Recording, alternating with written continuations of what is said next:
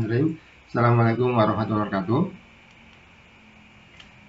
Hari ini kita akan membahas bab listrik di bab pertama di kelas 12 kurikulum 2013 ya. Ya, karena kalian sudah kelas 12, maka saya harapkan kalian lebih proaktif ya, terkait masalah akademik gitu, karena mau nggak mau kalian harus lulus dan harus 100% lulus di angkatan kalian seperti itu. Dan dan memang kelas 12 tuh tantangannya lebih berat karena semua materi akan diujikan di kelas 12 ini gitu. Dan ditambah lagi sekarang masih pandemi, jadi ibarat udah kelas 12 pandemi lagi, jadi ujiannya akan lebih berat lagi. Mau gak mau kalian masih bersemangat gitu. Nah, sebelum saya lanjut, silahkan kalian like, share video ini, dan subscribe channel saya gitu. Oke, kita masuk ke bab pertama, yaitu tentang listrik.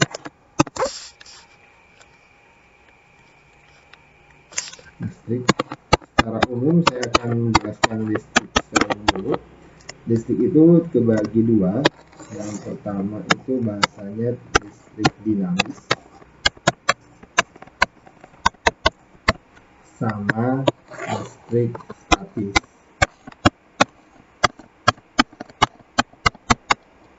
Nah, di listrik dinamis dan listrik statis, di listrik dinamis itu terbagi dua lagi. Ada arus searah atau biasa ketahuan DC, dan ada arus bolak-balik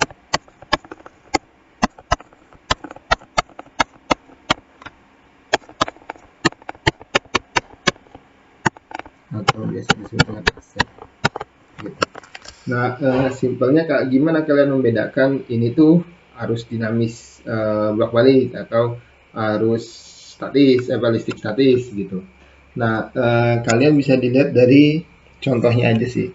Kalau listrik statis itu contohnya misalkan yang ingetkah kalian waktu ini waktu di SMP itu sering suka percobaan kertas dipotong kecil-kecil, terus penggaris digosok-gosok ke rambut, terus ditempelin ke kertas dan kertasnya nempel gitu. Itu listrik statis.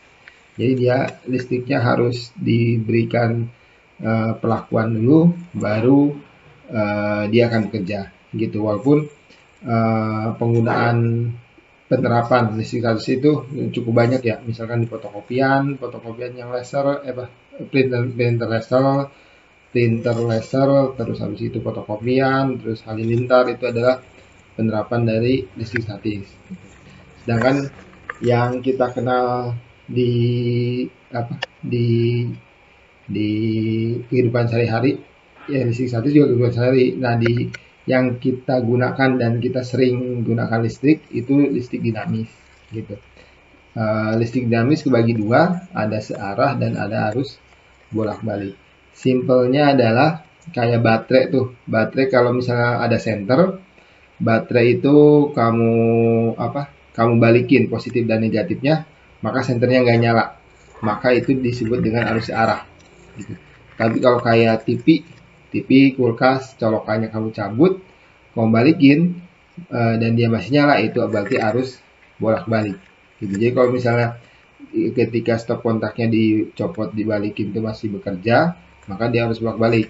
Tapi kalau misalnya ketika stop kontaknya itu dicopot terus dibalikin, dia mati atau dia bekerja tidak seharusnya, misal kayak Tamiya kamu balikin, kadang-kadang dia masih bisa bekerja tapi bannya muternya ke belakang gitu, berarti bekerja tidak seharusnya, berarti dia harus searah gitu. Ada beberapa penggunaan, akhirnya sebuah negara menjadikan kayak Kayak apa? Kayak yang dari PLN-nya itu ada yang DC, ada yang AC. Dan negara kita termasuk yang kalau dari PLN itu yang AC. Gitu. Oke, nah sekarang kita akan membahas di mana? Kita akan membahas di listrik dinamis yang di sini. Kita masukin dulu. Nanti setelah itu masuk ke bab listrik statis, habis ke magnet, baru ke bolak-balik. Ke arus bolak-balik. Oke, kita masuk ke arus searah dulu. Nah, di arus DC ini kalian akan namanya juga dibilang listrik dinamis, berarti dia listriknya bergerak. Nah, listrik itu diambil dari muatan. Jadi kan dia ngambilnya dari yang statis tuh, yang muatan. Maka ada rumus yang pertama, penghubung antara statis sama dinamis adalah rumus yang Q sama dengan I kali T. Jadi arus sendiri ini bisa dibalikin kan ya? Berarti Q per T. Jadi arus sendiri adalah berapa muatan yang lewat, ini muatan nih, berapa muatan yang lewat dari setiap detik, itu disebut dengan arus. Jadi arus sendiri adalah muatan yang bergerak terhadap waktu yang bergerak, gitu. Nah, dan akhirnya ketika dia bergerak terus, biasanya banyak, tapi satuan muatan itu adalah kolom, satuan arus itu adalah ampere, gitu. Nah, tadi Q-nya itu Q-nya itu adalah muatan, dia kolom, terus itu I-nya itu adalah kuat arus,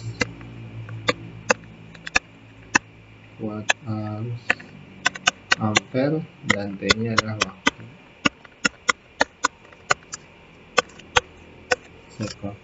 Nanti di DC ini kalian selain belajar tentang rumus kit, ada lagi yang rumus hambatan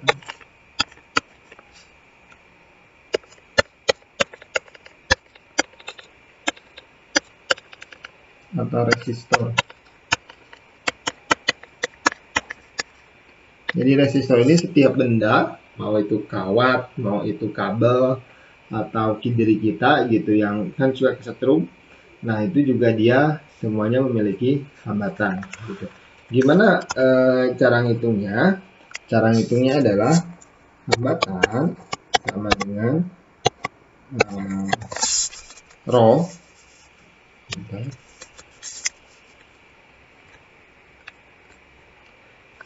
kali L per A. Apa rho? Rho itu adalah hambatan jenis. Jadi tadi R-nya itu adalah hambatan.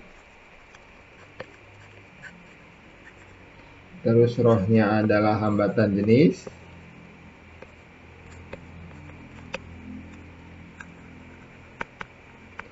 L-nya itu panjang kabel atau panjang penghantar.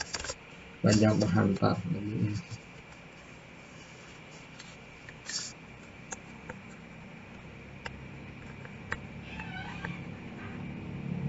Dan A-nya ada luas penampungan.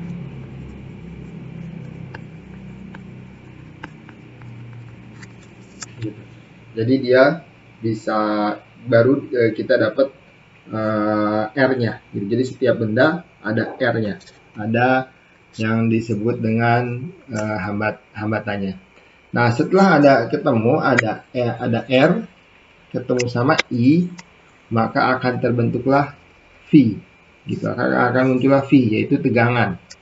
Yang biasa di sekolah SMP dulu disebut dengan VIR. V sama dengan I dikali R. Gitu. Ini kelas 9, mudah-mudahan masih pada ingat nih. Dengan V itu adalah, V itu bisa disebut tegangan.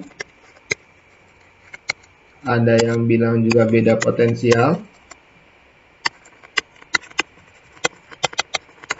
Satuannya volt. Gitu. Tadi I itu adalah kuat arus ampere, dan R itu adalah hambatan. Hambatan satuannya ohm gini ya. Nah, gitu. Ohm satuannya dibacanya ohm. Gitu. Ohm. Ini dibacanya adalah ohm. Nah, tadi kan ada hambatan di sini. Hambatan sendiri sebenarnya seiring dengan ini hambatannya sama nih. Hambatannya sama, hambatan jenisnya sama, terus L-nya sama, A-nya sama. Tapi seiring dengan cuaca yang berubah, kan berarti suhu suka berubah.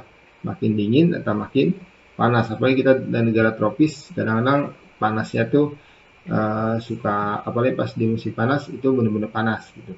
Maka hambatan ini seiring suhunya naik, hambatannya juga akan ikut naik gitu, walaupun bahannya sama gitu. Maka rumusnya yang dipengaruhi hambatan itu berarti R sama dengan R0, berarti hambatan awal R0 plus R0 ditambah R0 kali alfa kali delta T gitu. Dengan R0-nya adalah hambatan mula-mula,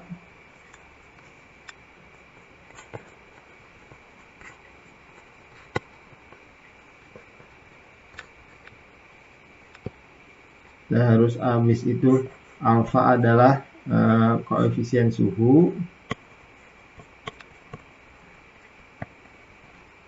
koefisien suhu lah, suhu.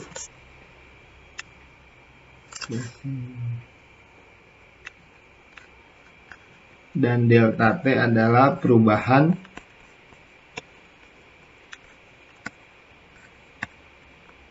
suhu. Jadi awalnya suhunya berapa, akhirnya suhunya berapa. Nah, ini masih pengulangan di kelas 9 sebenarnya. Ada rumus Fir, ada rumus Kit, terus rumus R juga. Nah, nanti masih mengingatkan di kelas 9 juga. Nanti ketika rumus Fir ini akan ada aturan rangkaian seri dan rangkaian paralel gitu. Nanti ada di sini kita bagi dua, ada rangkaian seri, ada rangkaian paralel. Ada rangkaian seri dan rangkaian paralel. Nah, di rangkaian seri dan paralel ini ada perbedaan aturannya gitu. Perbedaan aturan terkait I sama V-nya, berarti kuat arus sama tegangannya. Kalau di seri itu berarti dia bentuknya biasanya kayak gini. Saya buat 3 aja. 1, 2, 3. Ini anggaplah yang 1, yang 2, yang 3. Maka ini I di yang pertama, berarti kuat arus di yang pertama pasti sama dengan I yang kedua. Pasti sama juga dengan I yang ketiga.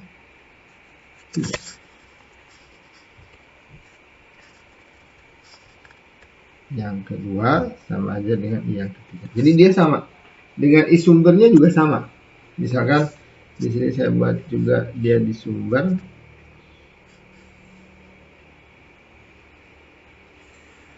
Ingat berarti kalau yang panjang itu tanda sumber yang panjang ini positif, tanda sumber yang kecil ini negatif. Gitu. Oh iya, lambangnya juga akan berbeda ya. Jadi kalau lambang yang DC itu, lambang DC itu gini, yang DC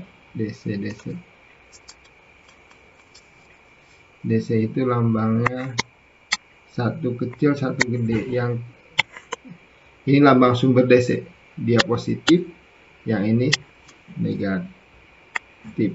Sedangkan lambang AC itu gini.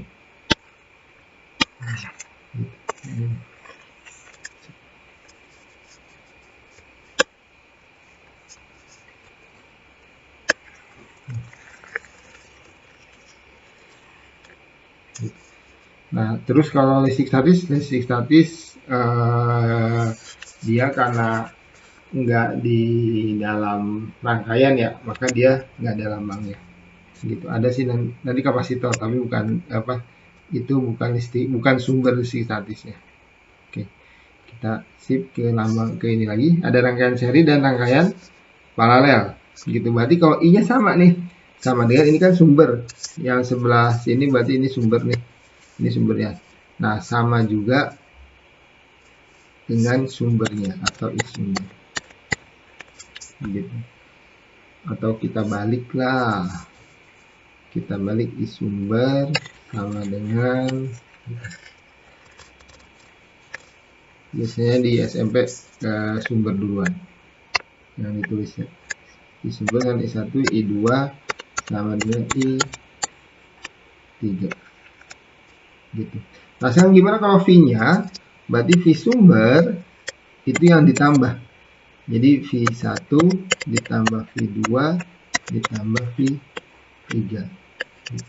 Sedangkan kalau paralel, misalkan saya buat di sini 1, itu bentuknya gini, ini 2, ini 3, dan ini sumber. Ini 1, ini 2, ini 3. Nah, ini terbalik. Berarti kalau terbalik itu I sumber, berarti I sumber tuh yang ini, I sumber sama I sumber tuh yang ini sumber. Nah, terus I sumber sama dengan I1 ditambah I2 ditambah I3. Nah, V-nya kebalikan dari seri. Berarti V sumber sama dengan V1 sama dengan V2 sama dengan V3. Gitu. Ini maksudnya gimana sih? Maksudnya gimana? Maksudnya adalah ketika kita hitung, misal di sini sumbernya, ketika di sini I sumbernya itu dia ngomongnya, misal di soal itu 5 ampere, maka di sini I1 itu 5 ampere juga. Di sini I2 5 ampere juga. Di sini I3 5 ampere juga. Karena dia asal ketahuan satu, ketahuan semua. Gitu. Tapi kalau misal kayak yang di paralel, I sumber sama I1 tambah I2 I sama dengan I3. Kalau misal andainya di sini I1-nya itu adalah 10 ampere, misalkan ini I1-nya cuma dikasih tahu kata I1-nya cuma dikasih tahu 4 ampere. Nah, misal I2 dikasih tahu I2 dan I3 itu besarnya sama. Berarti saya harus hitung sendiri. 10 dikurangi 4 itu 6. 6 dibagi 2 itu 3. Berarti saya bisa dapat di sini I2-nya adalah 3, I3-nya adalah 3.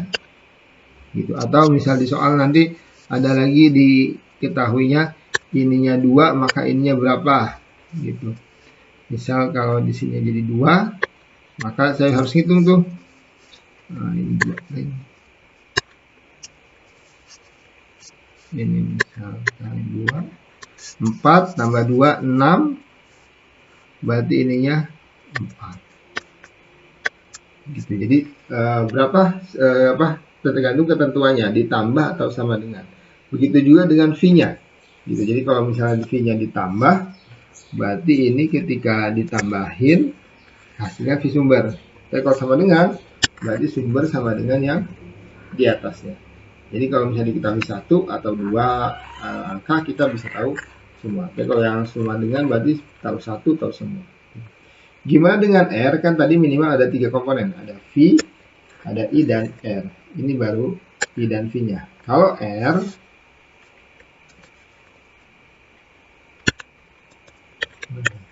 ini R sumber. Kalau untuk seri,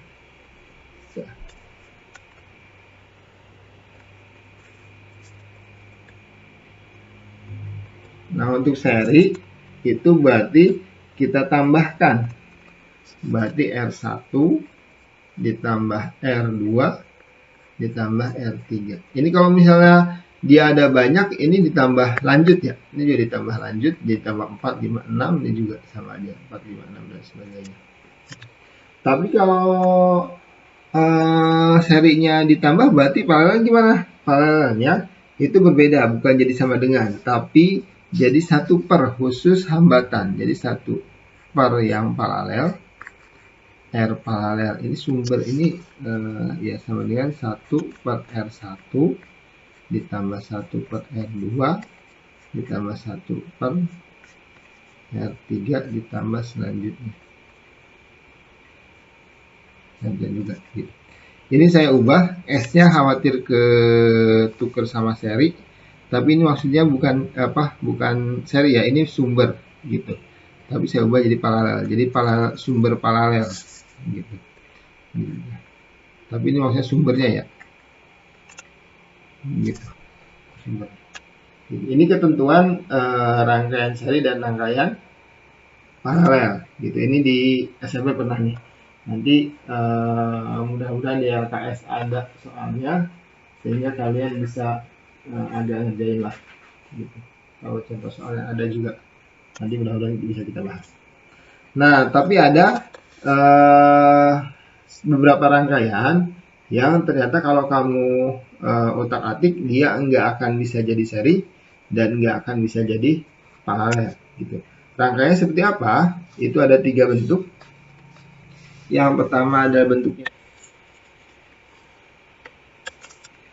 Ini bentuknya.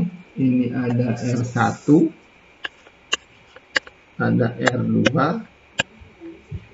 R2 bagian R3. Ada R2, ada R3, ada R4, dan ada R5. Nah, ini mau pakai seri ataupun paralel, ini nggak akan bisa gitu.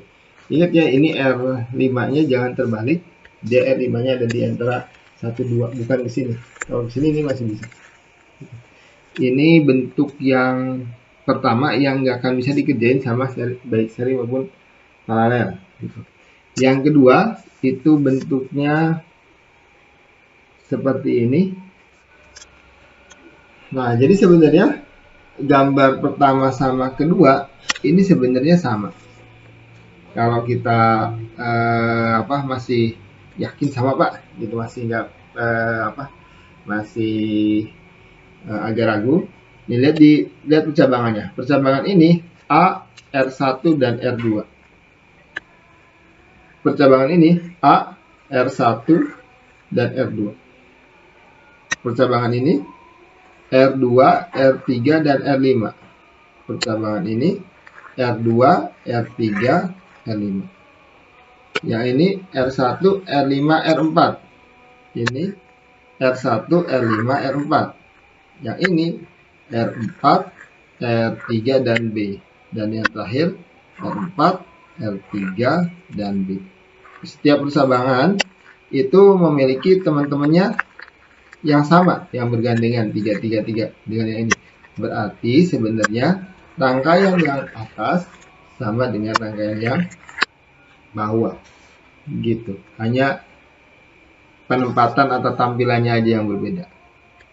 Nah, terus gimana yang ketiga? Yang terakhir bentuknya nggak terlalu rumit yang kedua.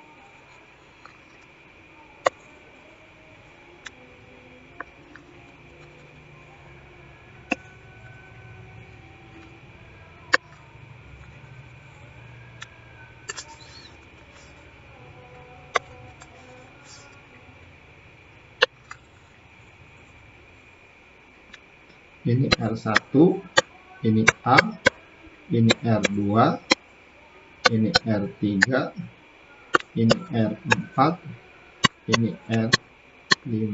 Yang ini adalah B. Jadi ada R1, R2, R3, R4. Nah, yang nomor 3 ini nggak jauh beda sama yang ini, ya kan?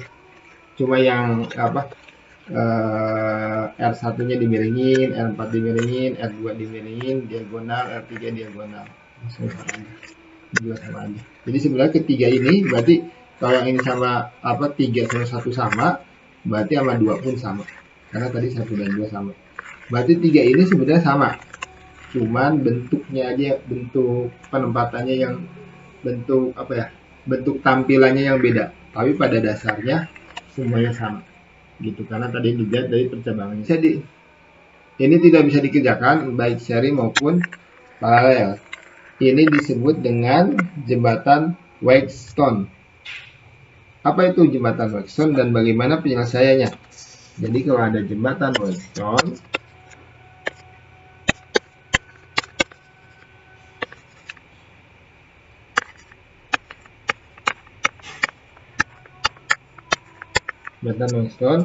saya ambil yang terakhir.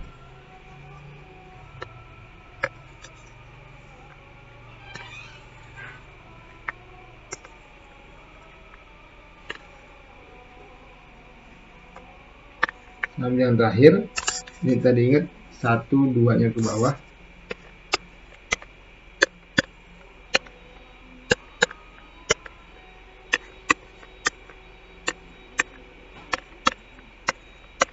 Ini A, ini B.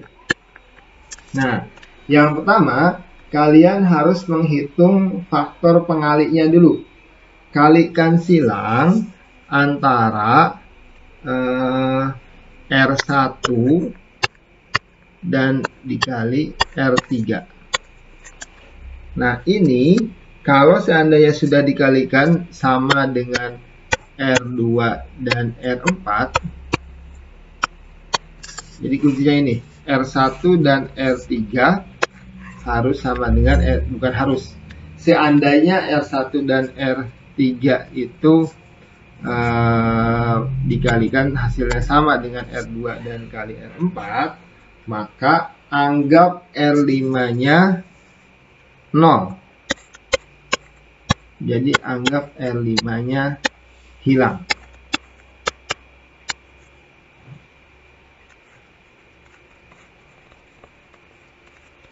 Kalau hilang berarti dia jatuhnya gini.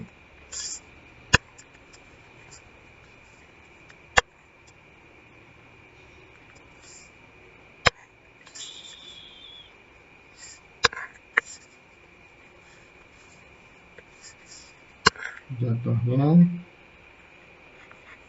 ada R1, ada R2, ada R3, ada R4. Ini A, ini B, ini cuma ada R1, ada R2, ada R3, ada R4. Nah, kalau ini lebih mudah. Berarti kalian tinggal ini diserikan, habis seri kalian paralelkan, baru dapat R totalnya. Nah, tapi seandainya yang jadi masalah adalah kalau ini nggak sama. Nah, kalau dia nggak sama, berarti ada yang pilihan yang keduanya. Nah, jadi seandainya dia nggak sama,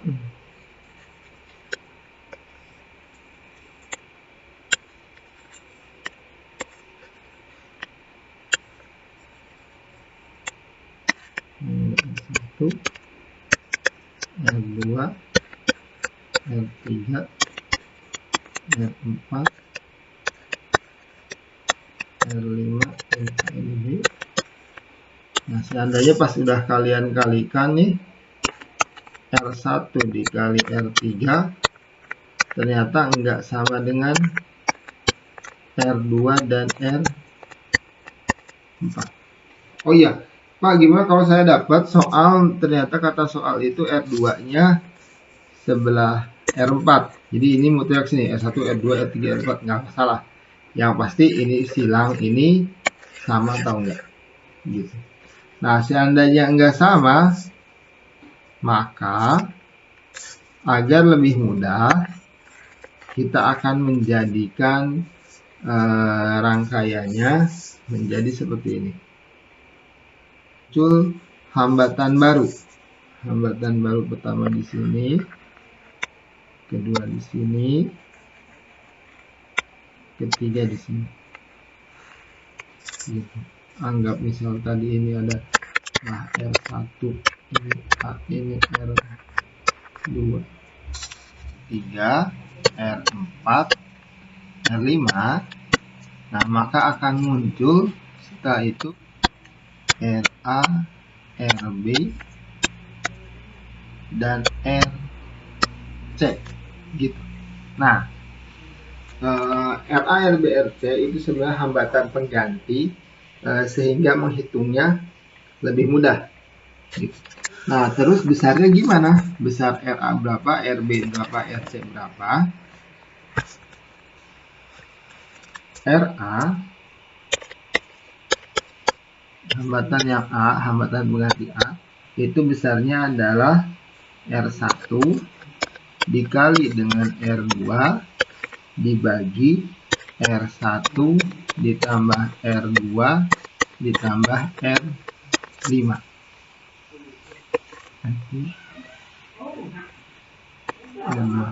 Terus gimana dengan RB? RB adalah R1 RB itu ingat, RB diapit dari 1 dan 5.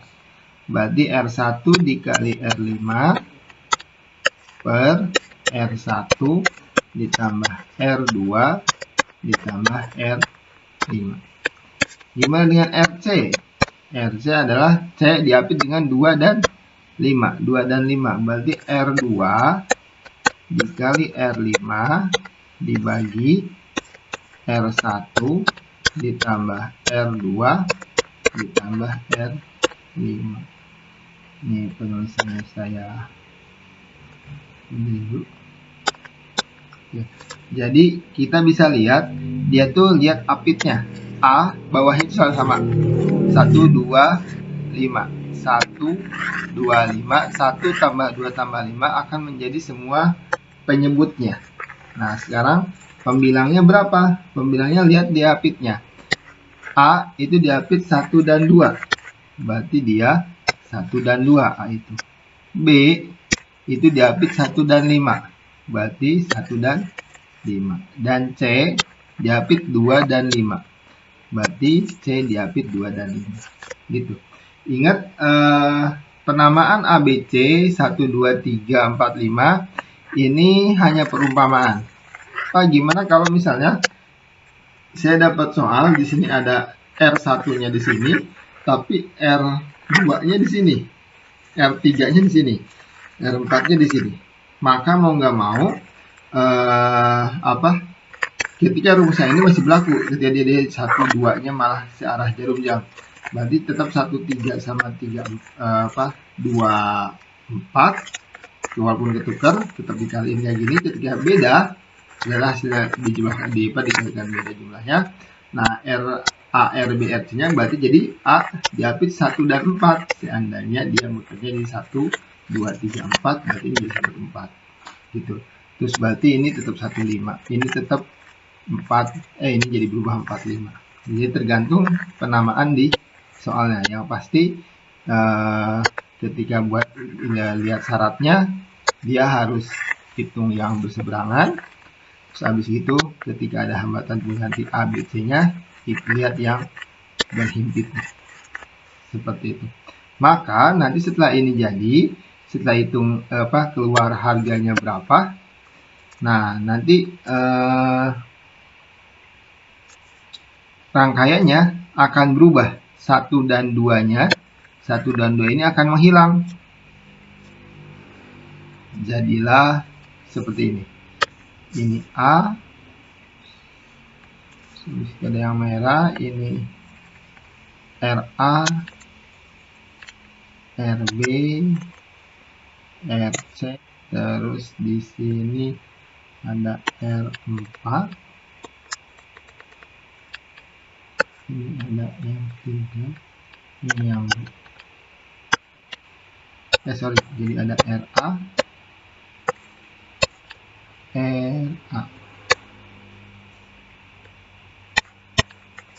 ada RA, terus ada RB. Di sini ada RC. RA, RB, RC, R3, R4. Berarti ini R3. Ini ada R.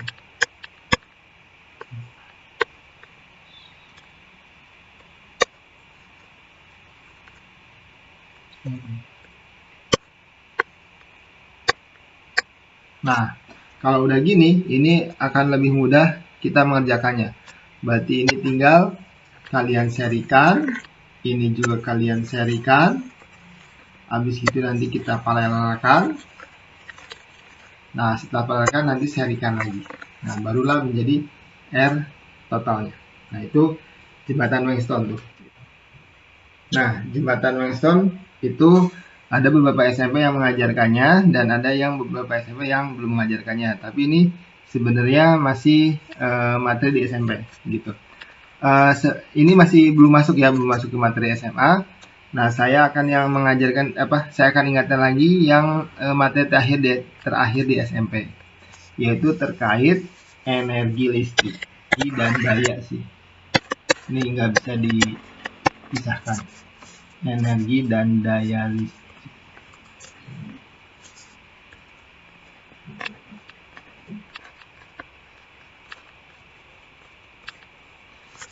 Rumus energi itu sebenarnya W sama dengan V kali I kali T fit gitu. Tapi terkait rumus awal itu adalah V sama dengan I dikali R, maka berarti kan V ini bisa diganti kan? V yang ini bisa diganti menjadi I kali R. I kali R berarti W sama dengan V-nya ganti I kali R dikali I kali T. Ya, bisa jadi irit akhirnya. Atau I kuadrat R kali T. Nah, dengan persepsi yang sama dengan V per R. Kalau gitu I yang ini bisa diganti, Pak.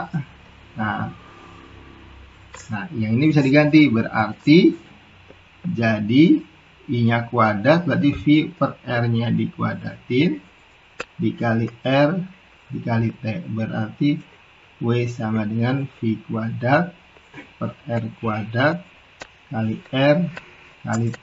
Kita bisa coret R-nya, berarti dapat rumus baru. W sama dengan V kuadrat per R, ini kali T. Berarti kita bisa dapat rumus rumus energi itu 1, 2, boleh pakai irit atau pakai yang ini, 3 gitu. Nah, 3 sebenarnya 4, satu lagi ada, yaitu hubungan dengan daya. Nah, daya itu rumus awalnya adalah daya itu P sama dengan W dibagi T. Nah, artinya ini bisa saya putar menjadi W sama dengan P kali T. P-nya pindah sana. Nah, sini ada 4 rumus. Ada fit, ada irit, ada yang V kuadrat, ada yang P kali T. Nah, gimana dengan daya? Daya itu rumus awal adalah W dibagi T. Berarti semua W yang pasti hilangkan T-nya. Berarti kalau misalnya rumus yang fit, tinggal T-nya kamu bagi. Berarti P sama dengan W-nya masukin V kali I kali T per T. Nah, karena sama-sama T, T-nya bisa kamu hapus. Yes. Kok jadi dihapus? Dicoret. T-nya bisa kamu coret. Nah, berarti sama aja P-nya sama dengan P kali I. Begitupun rumus yang kedua, yang irit. Berarti P sama dengan iri. Karena T-nya hilang. Atau boleh juga I kuadrat R. Berarti yang terakhir P sama dengan V kuadrat per R. Karena T-nya nggak ada. Jadi ada berapa rumus? 4 juga. Ada 1, ada 2, ada 3, ada 4. Silahkan dihafalkan satu-satu. Satu aja maksudnya, dihafalkan satu, tapi yang lainnya bisa diturunkan oleh kalian masing-masing. Misalnya ini cuma satu ini cuma satu ini. Asal pengertian ini dapat, nanti bisa dapat sendiri. Gitu. Nah, biar nggak lupa tadi, W itu apa? W itu adalah usaha. Saya jawab dari P aja. P itu daya. Daya itu satuannya watt. Bisa energi. Atau usaha juga boleh. Satuannya adalah joule.